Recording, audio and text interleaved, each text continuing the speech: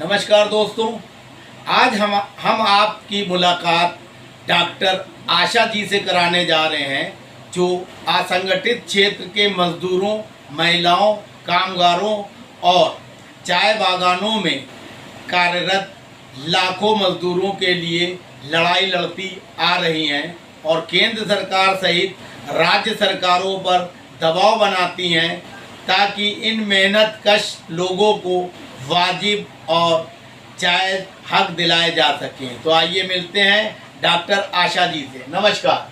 नमस्कार। डॉक्टर साहब, मैं ये जानना चाहता हूँ कि ये जो गरीब मजदूर मेहनतकश लोग हैं, असंगठित क्षेत्र के करोड़ों कामगार, इनकी प्रमुख समस्याएं क्या हैं और इनसे निपटने के लिए या इनके समाधान के लिए आप राज्य स्तर और केंद्र स्तर पर क्या कर रहे हैं? सबसे पहले तो मैं कहना चाहूँगी कि जो मजदूर है, विशेष रूप से जो प्रवासी मजदूर हैं, ये चीज़ को हम मानते हैं, लेकिन वो हमारे देश के ही मजदूर हैं। इस भावना को हमको सरोकार करते हुए प्रवासी मजदूरों के लिए भी एक ऐसी पॉलिसी बननी चाहिए जो कि उनकी आय, उनकी सामाजिक आर्थिक कल्याण की नीतियों के लिए और उनका जो विकास है, एक्चुअल में जो धरातल वे पे जो उनका विकास होना है, उसके लिए वो लाभदायी रहे, ऐसी एक नीति बननी चाहिए। प्रधानमंत्री नरेंद्र मोदी साहब अपने सफल नेतृत्व के चलते खासे प्रसिद्ध हैं। देश में ही नहीं, विदेशों में भी उनका डंका बज रहा है और वो खुद ये चाहते हैं कि गरीब जो है वो मजबूती से जो है विकास की मुख्य धारा में आए। तो क्या आपने केंद्र सरकार से इस मामले पे कोई संवाद स्थापित किया? अभी मुझे एक मामला मेरे संज्ञान में आया है। देखिए, पश्चिम बंगाल में चाय बागान के जो मजदूर हैं वो प्रवासी मजदूर हैं और मेरी चर्चा हुई थी तो मुझे ये संज्ञान में मिला कि वो मजदूर अभी भी शोषण की ज़िंदगी जी रहे हैं। एक तो वेज वाली प्रॉब्लम उनके साथ है, अभी भी 210 रुपया उनका वेज है और ब्रिटिश पीरियड से ही जो ब्रिटिश कंपनीज है, जो चाय बागान के लिए जो कंपनीज रिस्पॉन्सिबल है, जो कंपनी चाय बनाती थी और कलेक्शन वगैरह का काम करती थी, उन्होंने आज तक इन मजदूरों का हिस्सा नहीं दिया। तो ये बहुत बड़ी समस्या है और मैं ये उम्मीद रखती हूँ कि हमारे मोदी जी बहुत ही नीतियों को बनाने में कारगर सिद्ध हो रहे हैं और मैं ये मामला उन तक पहुंचाऊंगी और मुझे पूरी उम्मीद है कि मोदी जी जो है वो केंद्र सरकार में रहते हुए वो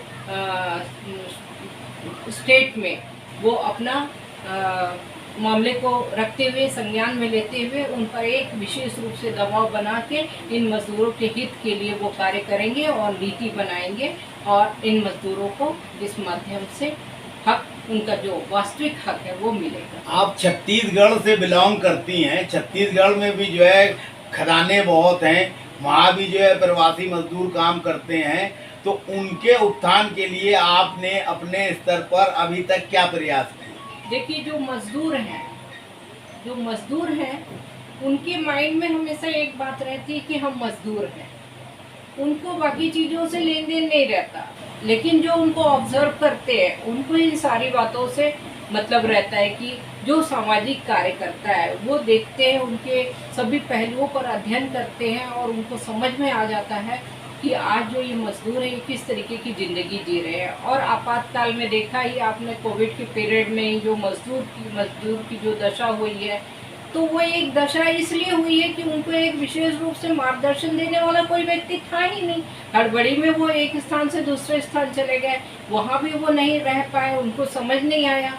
अगर ऐसी कोई हर स्टेट में ऐसी कुछ व्यवस्था होती तो ये मजदूर उसी स्टेट में रहते। यही बात मैं कहना चाहती हूँ। छत्तीसगढ़ के मुख्यमंत्री भूपेश बघेल जो हैं बहुत दावे करते रहे कोविड के दौरान कि हमने बहुत पुख्ता इंतजाम किया और उनको जो है खासे प्रसन्न भी उनसे होते थे प्रधानमंत्री नरेंद्र मोदी जी, जो पूरे राज्यों में जो है दूसरा तीसरा नंबर उनका कोविड के नियंत्रण में था। तो उसके बारे में आप क्या कहेंगे, उनका वो दावा सही था कि गलत था? देखिए, वो दावा, मैं गरीब मजदूरों के अगर रेफरेंस में मैं बात कर रही हूँ तो वो दावा गलत इसलिए है क्योंकि आप देखिए बड़े लोग जो हैं, संपन्न लोग हैं, वो तो कोविड नियंत्रण के लिए जो भी गाइडलाइन दिया गया था उसका पालन भी किए। उसके बाद भी कोविड हुआ तो वो अच्छे सेंटर में गए, प्राइवेटाइजेशन जहाँ था वहाँ गए। लेकिन गरीब मजदूर क्या करता? गरीब मजदूर को तो जहाँ पे रखा जाएगा वो वहीं रहेगा, क्योंकि ये मजदूर मजबूरी है उसकी।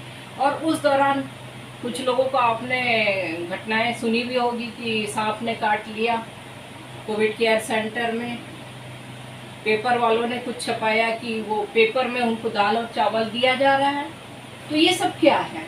तो सरकार कहाँ से दावा करती है कि हमने सही काम किया? भाई मजदूर हैं, आपने ऐसे ऐसे स्कूल खुला लिए जो एकदम खंडर के रूप में पड़े थे, ऐसे ऐसे भवन खुलवा लिए जो खंडर रूपी थे। तो उसमें तो कोविड केयर की क्या बात होगी? उसमें तो दूसरी भी बीमारियां घर कर जाएंगी। आप लड़कियों के उत्थान के लिए, उनको मुख्य धारा में लाने के लिए उनकी जो है ट्रेनिंग की बात करती हैं, और बहुत लोगों को आपने सशक्तिकरण प्रदान भी किया है। क्या आपका छत्तीसगढ़ में कोई इस तरह का सेल्फ डिफेंस ट्रेनिंग की एकेडमी या कोई बड़ा काम करने की योजना है? सेल्फ डिफेंस ट्रेनिंग प्रोग्राम मैंने चलवाया था, और मैं जब अपने गृह मंत्री रहे थे राजनाथ सिंह जी, उनके साथ में मेरी काफ़ी बड़ी चर्चा हुई थी। और मैंने ये प्रोजेक्ट को उनको, राजनाथ सिंह जी को मैंने बताया था, उन्होंने अप्रिशिएट भी किया। उन्होंने इसमें नेचुरली इसमें हमको लागू करने की आवश्यकता है। उन्होंने ये भी मुझे वो दिया था आश्वासन कि आशा जी आप प्रोग्राम करवाइए, मैं खुद इनॉग्रेट करने आऊँगा। इनफैक्ट हमारी सरकार बदल गई।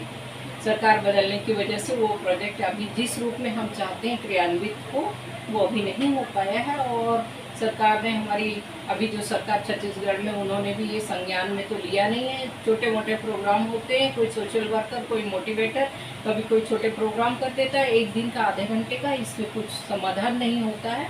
इसको ग्रास रूट लेवल पे करने की आवश्यकता तो है। इस प्रोजेक्ट को जो राजनाथ सिंह साहब ने गृह मंत्री रहते हुए स्वीकार किया था, एक तरह से सहमति जताई थी, उस प्रोजेक्ट को आगे आपने वर्तमान गृह मंत्री अमित शाह साहब से डिस्कस किया, विचार विमर्श किया? अभी उन तक संज्ञान में हम ले जाने वाले हैं। उनसे जल्दी ही हम मिल के इन सब मुद्दों पर हम चर्चा करेंगे, और मुझे उम्मीद है कि वो इस चर्चा को पॉजिटिव रूप से लेकर और वो कुछ ना कुछ इसका रास्ता निकालेंगे।